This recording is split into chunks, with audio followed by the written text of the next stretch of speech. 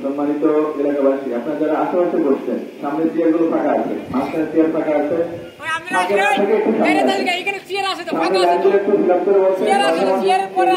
মোহাম্মদ আতিকুল করিম মাসুদ সরকার। আমি মাসুদ সরকারকে তার উপস্থাপনা বক্তব্য রাখার জন্য অনুরোধ জানাচ্ছি। আসসালামু আলাইকুম। ঈদ পার হয়ে গেছে, ঈদের শুভেচ্ছা রইল সবাইকে, ঈদ মোবারক। আসলে আজকে আমরা আমাদের পার্শ্ববর্তী এলাকা সহ মরিচতলা, মানিকপটল, কোকসাবাড়ি, রঘুনাথপুর তথা আমাদের যে এলাকাটা আছে পূর্ব রোডের যে এলাকা সমূহ আছে, এখানে আমরা একটা স্লোগান দিচ্ছি, সেটা হচ্ছে কি, মাদক, ইফটিজিং, চাঁদাবাজি এবং সন্ত্রাস হইতে আমাদের এই আগ্রাসন থেকে আমাদের এলাকাকে মুক্ত রাখতে হবে। এখন প্রথমে যে জিনিসটা আছে সেটা হচ্ছে মাদক। আপনারা অবশ্যই অবগত আছেন যে একটা মাদক একটা সমাজ তথা একটা গ্রাম এবং একটা রাষ্ট্রকে একদম নিঃশেষ করে দিতে পারে। এদিকে আপনারা কি একমত?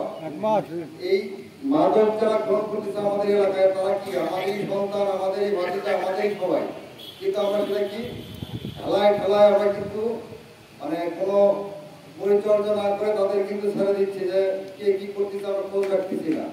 আর এই প্রত্যেকের সন্তান আমরা সম্মিলিতভাবে যদি প্রচেষ্টায় এগিয়ে আসি, সেক্ষেত্রে কিন্তু আমাদের এই মাদক থেকে আমাদের সমাজকে, আমাদের সন্তানদেরকে আমরা মুক্ত রাখতে পারবো না? আর এই লাভটা কার? আমাদের সকলে। যদি আমরা মাদক থেকে আমাদের এলাকাকে মুক্ত করতে পারি, তাহলে আপনারা একটা জিনিস চিন্তা করতে পারেন যে আমাদের এলাকার উন্নয়নের স্তরে যাওয়ার জন্য প্রথম শর্তটা আমরা পূরণ করলাম। কারণ মাদক এমন একটা ভয়াবহ রূপ ধারণ করেছে, শুধু এখানে না, পুরো বাংলাদেশের প্রত্যেকটা আনাচে কানাচে এখন মাদকের ছড়াছড়ি। আর এই মাদক থেকে আমরা যদি মুক্ত রাখতে পারি, আমাদেরই কিন্তু লাভ। আর এই লাভটার জন্য আপনাদের সবার সহযোগিতা প্রয়োজন। কারণ একক ব্যক্তির পক্ষে এই মাদক নিয়ন্ত্রণ, এই মাদকের আকর্ষণ থেকে মুক্ত করা আমাদের সম্ভব না। যার কারণে আপনাদের সকলের মতামত এবং আলোচনার পরিপ্রেক্ষিতে, সকলের প্রচেষ্টার মাধ্যমে আমরা মাদক থেকে আমাদের সন্তানকে, আমাদের গ্রামকে তথা আমাদের পূর্ব রোডের বাসীকে আমাদের মুক্ত করতে পারি। আমরা এটা সামাজিকভাবে আমরা প্রতিরোধ করার চেষ্টা করতেছি। আমরা চেষ্টাটা করবো হচ্ছে সামাজিকভাবে। এই সামাজিকভাবে চেষ্টা যখন করবো, তখন আমাদের সকলের সহযোগিতার প্রয়োজন আছে। আপনারা কি সহযোগিতা করতে কি প্রস্তুত আছেন? আর একটা দ্বিতীয় অবস্থান আছে হচ্ছে ইফটিজিং। ইফটিজিং কিন্তু আর একটা ভয়ের একটা কারণ।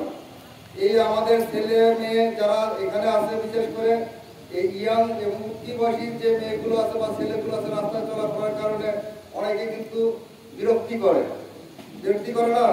এটা কি সভ্য সমাজে কি আপনার এটা কি চলে? একটা সভ্য সমাজে চলে না।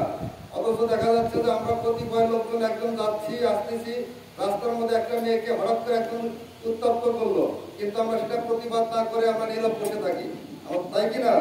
আর আমরা সম্মিলিত ভাবে ওইখানে যদি আমরা প্রতিরোধ করে তুলি, এখানে কিন্তু আর উত্তপ্ত করার কিন্তু কেউ সাহস পাবে না, হবে কি? এটা আমাদের সকলেরই কিন্তু এইখানে একা আসতে হবে। তো আমরা চাই আপনারা সবাই মিলে এইখানে সকলের প্রচেষ্টার মাধ্যমে আমরা এই টিচিং থেকে আমাদের এলাকাকে আমরা মুক্ত রাখবো। আরেকটা বিষয় আছে সন্ত্রাস এবং চাঁদাবাজ। আমরা সামাজিক ভাবে যদি আমরা এটা বয়কট করি, এটা প্রতিরোধ করি, প্রতিহত করি, তাহলে কিন্তু একমাত্র সম্ভব আমাদের সন্ত্রাস এবং আগ্রাসনের চাঁদাবাজ যেটা আছে এটা থেকে মুক্ত রাখা। আর একটা কথা আছে, আমরা একের লাঠি দশের বোঝা, তাই আছে না? সরি, 10-এর লাঠি 1-এর বোঝা। এখন মনে করেন যে আমরা 10 জন মিলে যদি এটা প্রতিরোধ করে তুলতে পারি, সেক্ষেত্রে কিন্তু আমাদের এই সন্ত্রাসী এবং চাঁদাবাজি থেকে আমাদের এলাকাকে মুক্ত রাখতে পারবো আমরা। তা আপনারা সবাই এগিয়ে আসুন। সবার সম্মিলিত প্রচেষ্টায় আমাদের পূর্ব ধনুটের এই ভান্ডারবাড়ি ইউনিয়নের এবং গোসাইবাড়ি ইউনিয়নের আমরা যে বাসীগুলো আছি, আমরা শুরু করি, দেখবেন ধীরে ধীরে প্রত্যেকটা ধনুটের প্রত্যেকটা এলাকায় এরকম প্রতিরোধ করে তুলবে। এবং সর্বোপরি এই প্রতিরোধের মাধ্যমে পুরো বাংলাদেশ যেন এই মাদক, টিচিং এবং সন্ত্রাসী থেকে আমাদের প্রাণপ্রিয় বাংলাদেশ যেন মুক্ত থাকে, এই আশাবাদ ব্যক্ত করি আমার সংক্ষিপ্ত বক্তব্য শেষ করছি। সবাইকে ধন্যবাদ। আসসালামু আলাইকুম।